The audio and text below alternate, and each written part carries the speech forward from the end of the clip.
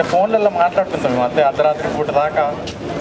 చాలా కన్సర్న్గా ఇంటికి ఫోన్ చేసి ఏమవుతుంది అసలు గ్రౌండ్ మీద అని ఆల్మోస్ట్ ఎవ్రీ వీక్ మాట్లాడే ఫ్రెండ్స్ ఉన్నారు ఇక్కడ ఉన్న వాళ్ళలో. అది అంటే ఆ ప్యాషన్ అప్పుడు నాకు ఫోన్లో వాళ్ళ మాటల ద్వారా ఇక్కడికి వచ్చినాక మీ అందరిని చూస్తుంటే దాదాపు 15 ఏళ్ల క్రితం జయశంకర్ సార్ వచ్చి, బిఆర్ జనార్దన్ రావు సార్ వచ్చి ఆ రోజు ఇక్కడ ప్రజలలో ఇక్కడి వాతావరణంలో ఆయన నాటిన ఆ విత్తనాలు ఏవైతే ఉన్నాయో అవి ఇవాళ ఇట్లా ఉద్యమ మొలకల్లాగా నా కళ్ళ కూడా కనపడుతున్నాయి అనిపిస్తుంది.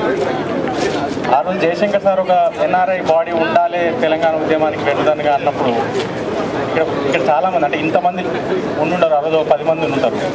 ఆ 10 మంది గత 10 ఏళ్ళుగా రకరకాల సంస్థల్లో తెలంగాణ ఉద్యమ వ్యాప్తి చేసిన కృషి వల్లనే ఇవాళ ఇంతమంది అంటే కొన్ని వందల మంది ఏ చిన్న ఈవెంట్ ప్లాన్ చేసినా కానీ కొన్ని వందల మంది దగ్గరికి వచ్చి జై తెలంగాణ అంటున్నారంటే, క్యాపిటల్ ముంగట ఇంత ధైర్యంగా జై తెలంగాణ అనగలుగుతారంటే అది ఆ ఇద్దరు మన కళ్ళ ముంగట ఉన్న ఇద్దరు చేసిన కృషి, వాళ్ళు నాటిన ఆలోచనలు, బీజాలు.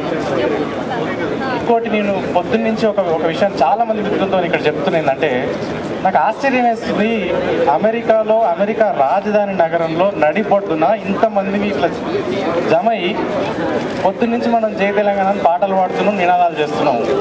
దురదృష్టవశాత్తు ఇవాళ హైదరాబాద్లో మన గడ్డ మీద, మన తెలంగాణ నడిబొడ్డు మీద ఈ వాతావరణం లేదు.